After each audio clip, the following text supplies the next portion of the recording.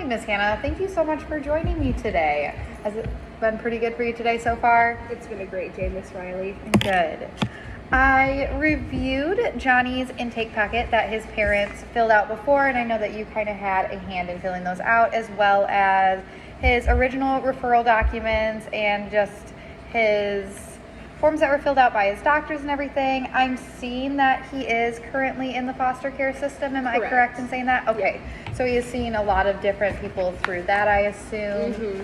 I also, just for clarification, I'm seeing that he's 3 years and 6 months of age? Correct. Okay, perfect.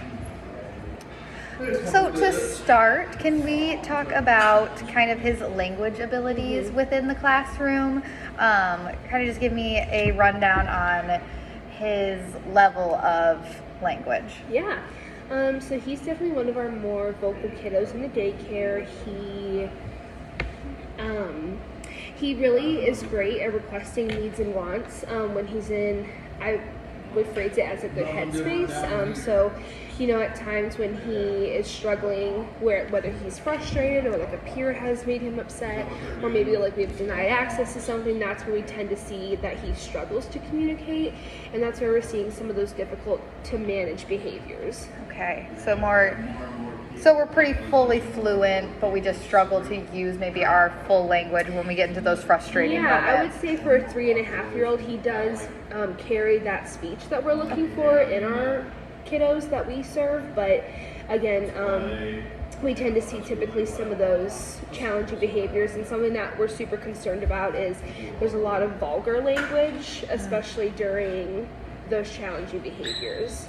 Okay, and that's got to be frustrating in a preschool classroom. Right. So the preschool that you're working at, is this private or public?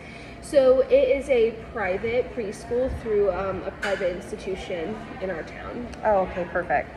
So now going into his play skills and his preferred activities, how would you describe his play just throughout the day with peers or with items that you have within the classroom? Yeah, he definitely has a lot of play skills in the sense that he can play with things functionally. He's able to take a new toy, figure out how to play with it, whether that's, cooking set, music instruments, a car and a track. He really enjoys cause and effect play, functional play, and he loves being outside. So he definitely possesses a lot of those typical play skills that we would see in a kiddo his age.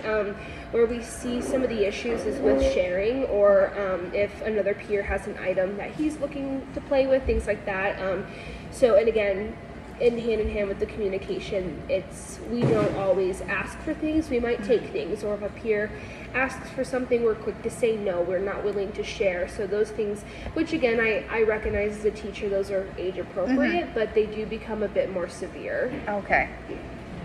I can see that definitely being challenging within the classroom.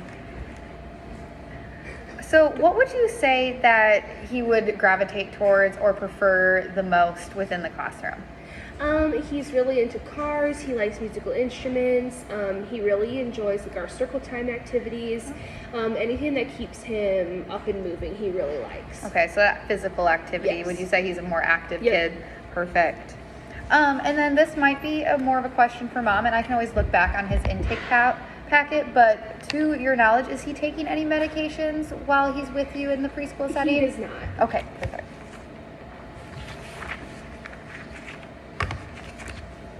So now transitioning a little bit into those problem behaviors that you discussed over in the intake packet, can we just kind of talk about a little bit of the problem behaviors that he displays, as well as maybe what they look like? Yeah, so like I kind of mentioned earlier, we're seeing a lot of vulgar language, and that's often accompanied with other challenging behaviors like tantrums, crying, and sometimes that language can just come out even when there's low magnitude frustration.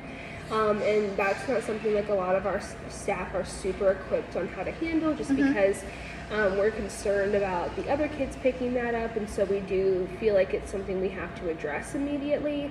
But we also see some aggression both towards adults and peers. And again, the aggression towards peers often is related to items he's playing with or wants to play with. Aggression toward adults is typically when there's a transition involved or there's, denied access. Okay. So when you mention aggression, what exactly are you seeing as aggression? Usually hitting and pushing. Okay. So from what you just mentioned, would it be safe to say that you would say that his three most concerning problem behaviors would be that tantrum, the vulgar language, I would say like aggression from there as well? Okay. Yeah, and definitely like difficulty with following directions. There's Okay. often a lot of refusal. Okay.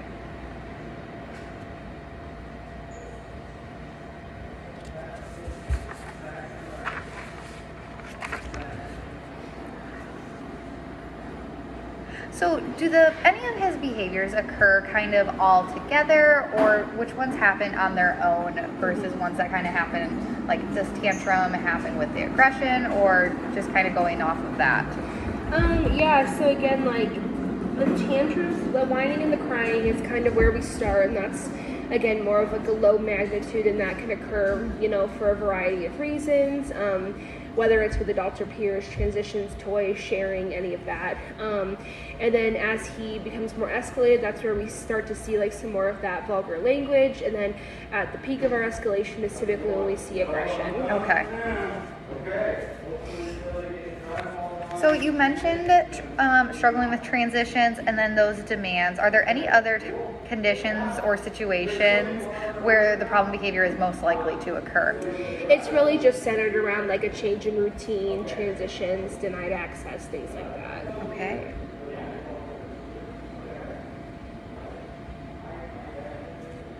And then are there any activities that you run throughout your day at the preschool that usually will trigger the problem behaviors? I mean, aside from like the transitions or the demands, like, or is circle time a higher time for demand or problem behaviors, or is there just specific activities that you do? He does tend to like circle time. Okay. The concern is the transition to the activity.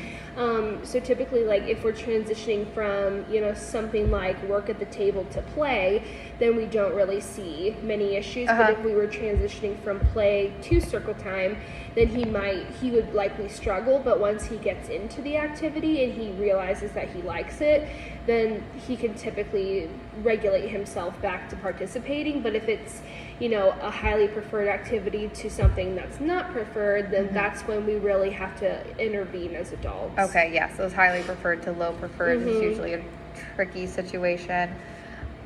So I think you mentioned a little bit earlier about how he might struggle with the break in routines. Would you say that whenever your routines are interrupted, or his routines are interrupted, or there's a break in routine, you're going to see an increase in problem behaviors? Yeah, he tends to be kind of rigid with what he does, and not so much with like a routine, like a set routine of like hand washing or how he eats a snack, but like rigidity in I need to complete this activity, or like I'm not finished yet, so I'm not going. So it's very hard to interrupt him, even if we've given them 15 minutes to do something. Okay. If he doesn't feel that he's done, then that's when a lot of those behaviors occur. Oh, that makes a lot of sense. Okay, so going now into more of our consequences after the problem behaviors have occurred, how would you say that you or other teachers in the room or even peers would react when the problem behaviors occur? He's definitely getting a lot of attention from peers just because those behaviors can have a higher magnitude. And that can be concerning because we don't want peers giving him that attention, and so often we try redirecting him to different activities. We do reassure him that we hear him and his feelings. We want to respect that. And on those days where things are very difficult, we often redirect to a sensory area. We don't think his behaviors are very sensory seeking, but it does seem like a way for him to re-regulate himself because he seems to get himself overstimulated, and then it's more difficult to get him to come back down. Okay, perfect. So, just answering my questions as we go. So, would you say that sensory area is one of the things that you do to calm him down the most, or do you have success calming him down with any other strategies other than the calming area? Sometimes when it's a low magnitude, we can redirect him to a different activity, or we're able to use, timers, things like that. But typically, when things begin to escalate, we try to remove him from peers just for their safety and his safety. Okay, perfect. So then just a couple more questions. What would you say that he's trying to communicate with these problem behaviors? I know that you mentioned that he is pretty verbal, but since he is trying to communicate something through these, what would you say that he's trying to say? Is he trying to ask for help, or what would your opinion be on this? I often think that he's looking for access to something or to escape something. I do think when he gets frustrated, he loses the ability to communicate those needs. So I'm sure that he is looking for our assistance, and we do try to provide that when we can, read his other cues, through his body language, things like that. But again, like once he is kind of past that threshold, it's a little bit difficult to go back to the initial thing that upset him. And at that point, it seems more reactive in the way we approach versus proactive. Okay. And then you mentioned earlier you don't think that this behavior is a form of self-stimulation. You just think that he just gets flustered and then the sensory area helps him. Am I correct in saying this? I think so. And I think at times he becomes overstimulated. And then at that point, I don't think he's continuing to seek anything sensory related, but it's too difficult for him to bring himself back down. Okay.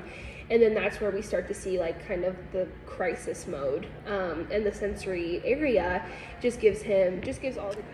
Okay, so this is our last question. It's overall, after everything that you've told me, why do you think that he continues to engage in these problem behaviors?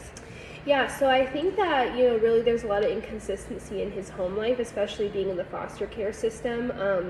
And I think mom and dad are seeing these behaviors at home, which, to me sounds like he's looking for some sense of control. And again, that's kind of what we're seeing at home as well. And so I think amongst, the basics of like wanting certain toys, not wanting to share typical 3.5-year-old things, I think he really is looking for some kind of to have a grip on his own life, because right now nothing's consistent. He's been in and out of several foster care homes within the area, and I think if we can get a grasp on these behaviors, he might find some more consistency. Okay. Thank you for bringing up his home life. That really helps us get a better understanding of what's going on. Well, Ms. Hannah, I really appreciate the time that you took to go over all of these questions with me. It really helps us get a better understanding of what you guys are seeing and going through within the daycare room. I look forward to continuing to review these and hopefully being able to offer some help in the future. So thank you very much. Yep, thank you so much.